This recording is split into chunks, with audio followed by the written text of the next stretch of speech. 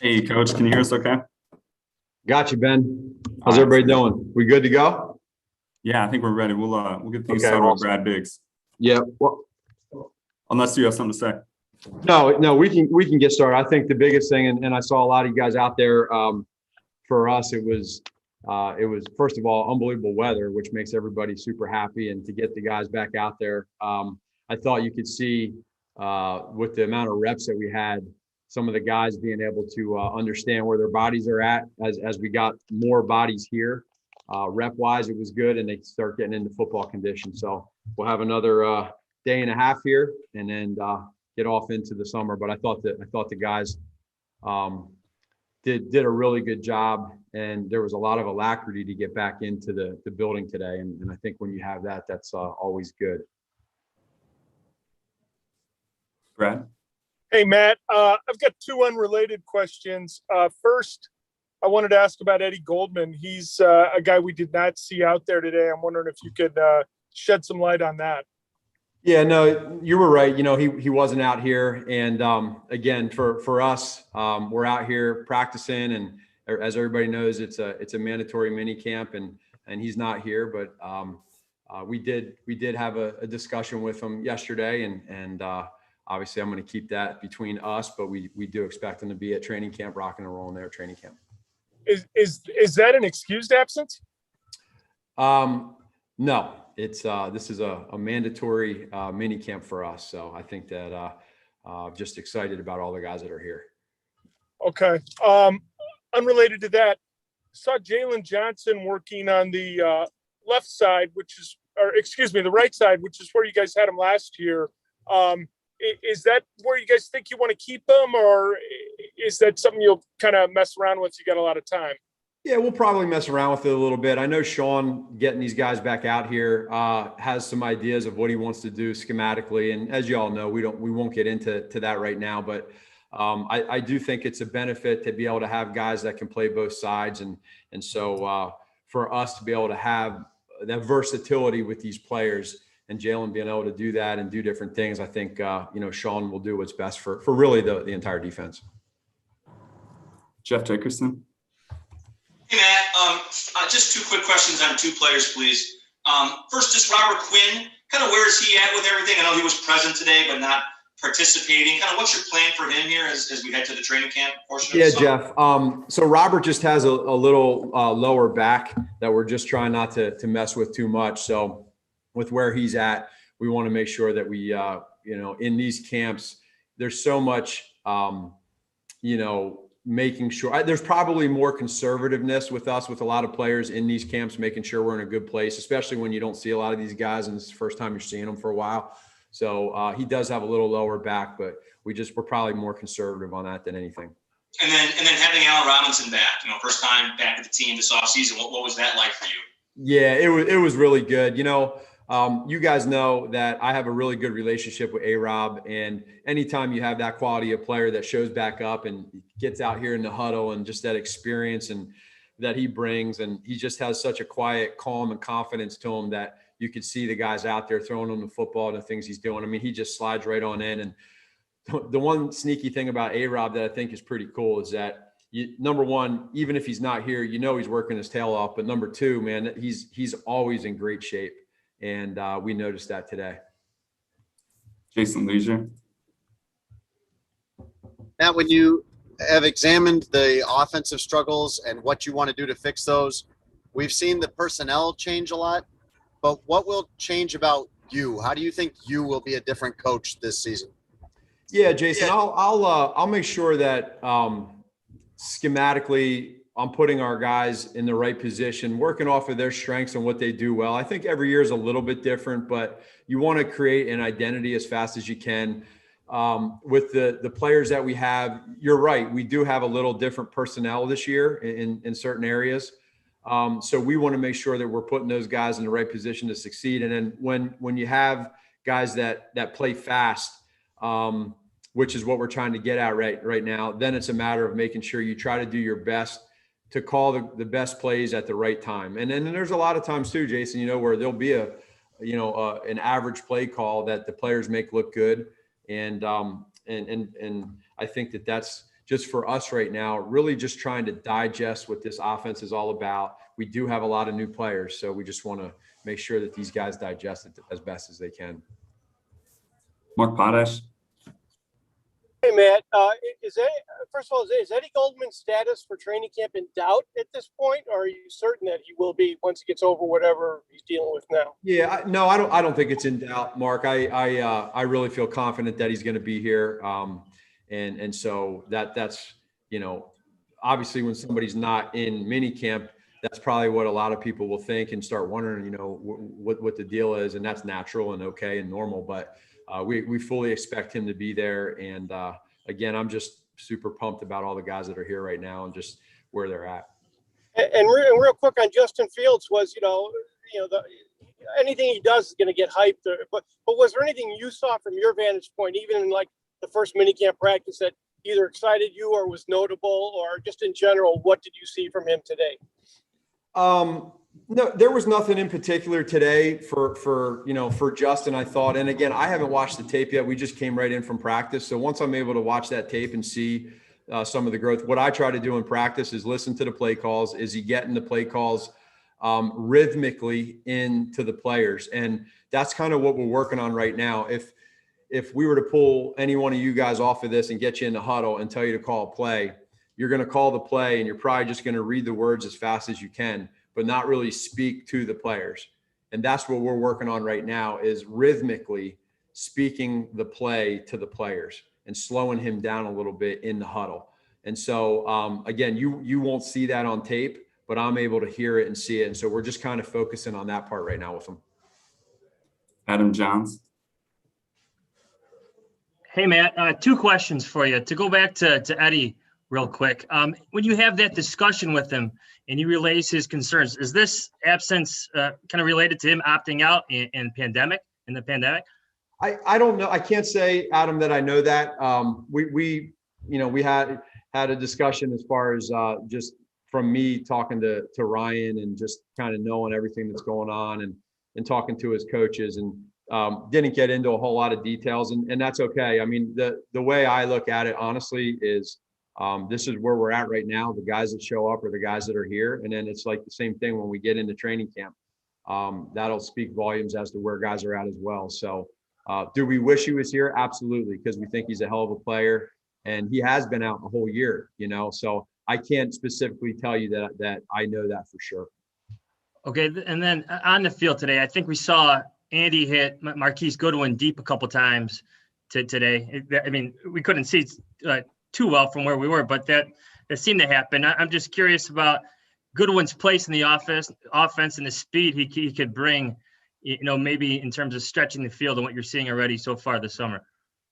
So, number one, are you saying that we should be on field 3 tomorrow? Yes, please. Okay. All right. Well, maybe we can do that. Apologize for that.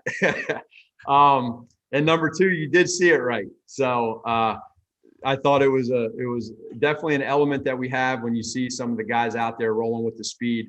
That's that touchdown to touchdown mentality, that we talked about. So it's nice to see that. It is a little bit there's a little bit of a disadvantage to the defense because with no pads on out there, it's funny, like Demo came out to me at the end of the practice and was like, he's done this like the last couple of years. He like doesn't have fun in these camps because there's not a lot of running because it's just hard with the rules that we have. So it's a lot of it's passing camp, but we're trying to be able to take the top off when we can. And you guys were able to see a good view of it from where you were.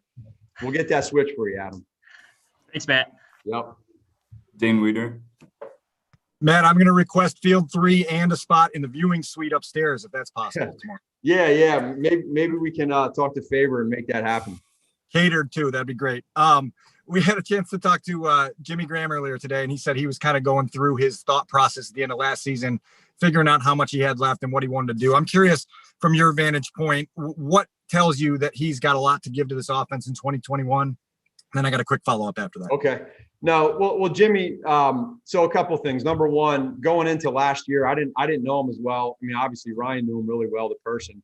I saw what I saw on tape at prior stops where he was. And then when he came in here and showed us who he really was, and where he was physically. I mean, this guy takes care of his body, and he's extremely passionate about being the best. And so we got to training camp, we got to the season, and it was a nice little mentorship for Cole. I don't think, again, we keep talking about Justin and Andy and these different scenarios, but I think down the road, 10 years from now, Cole Kmet's going to look back and say one of the best things that happened to him was having Jimmy Graham as his mentor. And so not only that, but he produced touchdowns for us last year, and he had a lot of intangibles that a lot of us don't see on game day, but you see it throughout the week. And you know, for him heading into now whatever year it is for him, he's been playing a long time. He understands that, but he's still extremely valuable to us, and in so many ways. So I have a good relationship with him. I talk to him a lot during the off season, and we have a lot of healthy conversations. And it just got to a point where we're super excited to be able to get him back here and continue to know kind of what his role is going to be now in this offense. And so that'll be for us to know. But one of my favorite players I've ever coached. I've learned a lot from him, and I just love his mentality. I think we're lucky to have him. That bond between him and Cole seems to be very natural, and it seems to be very, very energized. I'm curious how you notice that on a day-to-day basis in terms of their ability to work together and Cole to be a sponge off what Jimmy has to offer. Yeah, it's neat because Cole has the openness and the willingness and the ability to want to learn. He's a sponge. And so anytime you go up with somebody that does like these triple, quadruple flips in airplanes and these helicopters, and you go up there, that means you really trust somebody. So it's a cool relationship. I'm watching Cole, and we all are watching Cole grow right in front of our eyes. His confidence is getting higher and higher by the day. Watching a lot of tape of tight ends and just ways to watch how to beat a defense. And I think for all of us, it's who we wanted and who we saw when we drafted him 2 years ago or last year as a rookie, and how lucky we all are for that tight end room. Finley? Hey, Matt, I have two Jimmy Graham questions for you as well. Number one, when he catches that touchdown at the end of the playoff game and runs up the tunnel in New Orleans, when you saw that, either in person or on film, did you wonder whether that was it for him? And my second question is, when you talked to him about potentially retiring, did you assure him that there was a place for him? What's your role in those conversations when he's going back and forth? Well, I hope I have a little bit of value in my opinion with where he's at in his career and what he's done. We built a really good relationship. Going back to your first question, when that happened, to be honest with you, I think I saw like the tail end of it, but you're just at that moment, there's so many things going through your head of just, you just lost the game. And so you don't necessarily see it, but then you actually see it on the cut up.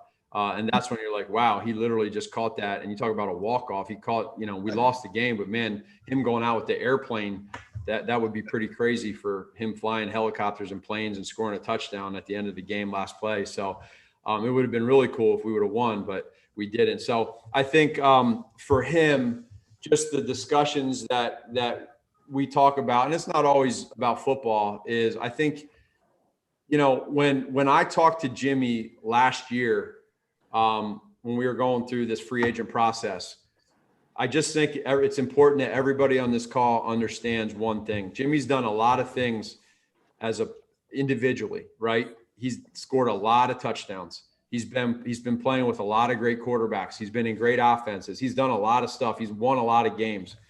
But I say this, and I mean this, this guy cares about one thing and one thing only, and that's that trophy. He wants to win the Super Bowl. That's the only thing he cares about. So for him to decide to come back here and to continue to play, he's not doing it for records. He's not doing it because he just wants to play a little bit more and get one more year in. He's doing it because he believes that we have the ability to be really good. And he knows that. And he is a valuable, valuable piece of this offense in so many different ways in the classroom, at practice, and on game day. That is just worth every penny. And so I'm excited about it. I'm ready to see him and use him in certain ways, but there's one reason why he's here, and that's to win the Super Bowl.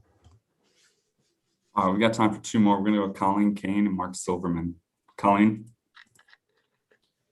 Hey, Matt, with your starters together on defense for the first time on the field this offseason, what's the most important thing for them to get out of these 3 days? What can be accomplished in these 3 practices? Sure. Colleen, I would say, again, with Coach Pagano not being here and now Sean Desai, who they all know really well, at least the guys that have been here, he's in a completely different role now. And it's different for him. It's different for them. And when everybody's out there, when I was standing out there and we were doing our walkthrough and they broke the huddle for the first time, it's really neat to see the presence. And it was cool in practice. When the offense and defense were getting ready to go against each other, I just kind of talked to those guys before we blow the whistle for the first play. And I just looked over at Khalil and he didn't, he just said to the guys, man, this feels good to be out here, and I think that we weren't able to do this last year.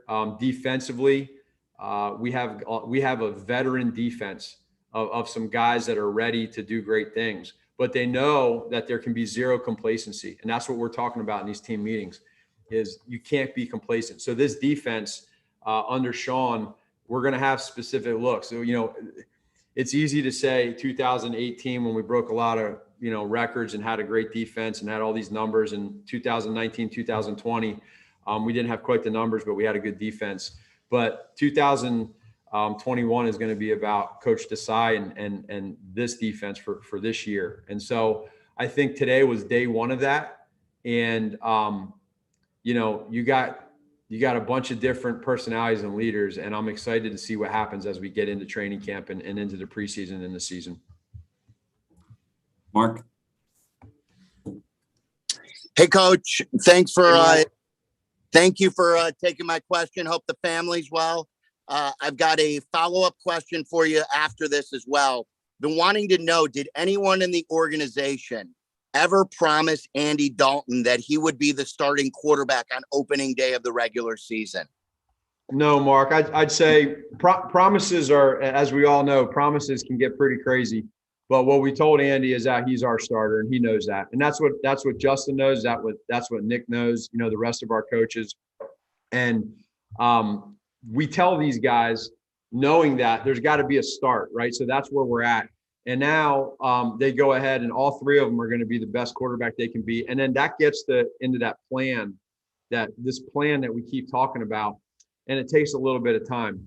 But to answer your first question, there was no promises, but we told him, and I specifically told him, you're our starter, so that's that. And now when you're in Andy's role, when you're in Justin's role, when you're in Nick's role, they know their roles. And now it's their job to be able to be the best quarterback they can be. But I'll just be very clear. That being said, does that mean that these guys aren't competing? Absolutely not. They're competing. Like, they want to be the best. And so, and they wouldn't want each other to not be any different. So, or to be any different. So, that's the answer to that. And based on that, we played your answer from Chris Collinsworth's podcast today, where you said that Andy Dalton is the starter. So we wanted clarification whether or not that means that Justin Fields cannot win the job. Whether it's clarification that he can't win it, yes, correct. Andy Dalton is our starter. And when we go through this process, like I said today, just calling a play in the huddle, and that gets to the instant gratification part that we all want, right? I understand that. Andy understands that. Justin understands it. Nick understands it. Our coaches understand that we all get excited about Justin Fields. We'd all be lying if we said something different. But that said, we're excited about Andy Dalton too. And we know that if we stick to this plan that we have, that everything's going to be just fine. And that's where like these type of questions or being able to explain as we go, because let's face it, when you go through OTAs, when you go through training camp, you go through preseason, the only goal that we have is to put the best quarterback out there. And Andy Dalton is our starter. Justin's our number 2 and Nick's our number 3. And we're going to play that out and make sure that they're all competing, and that's as simple as that. Thanks, Coach. Appreciate it. No problem. All right. Thanks, everyone. We appreciate it. Thank you, Coach. Yep. Take care. See you.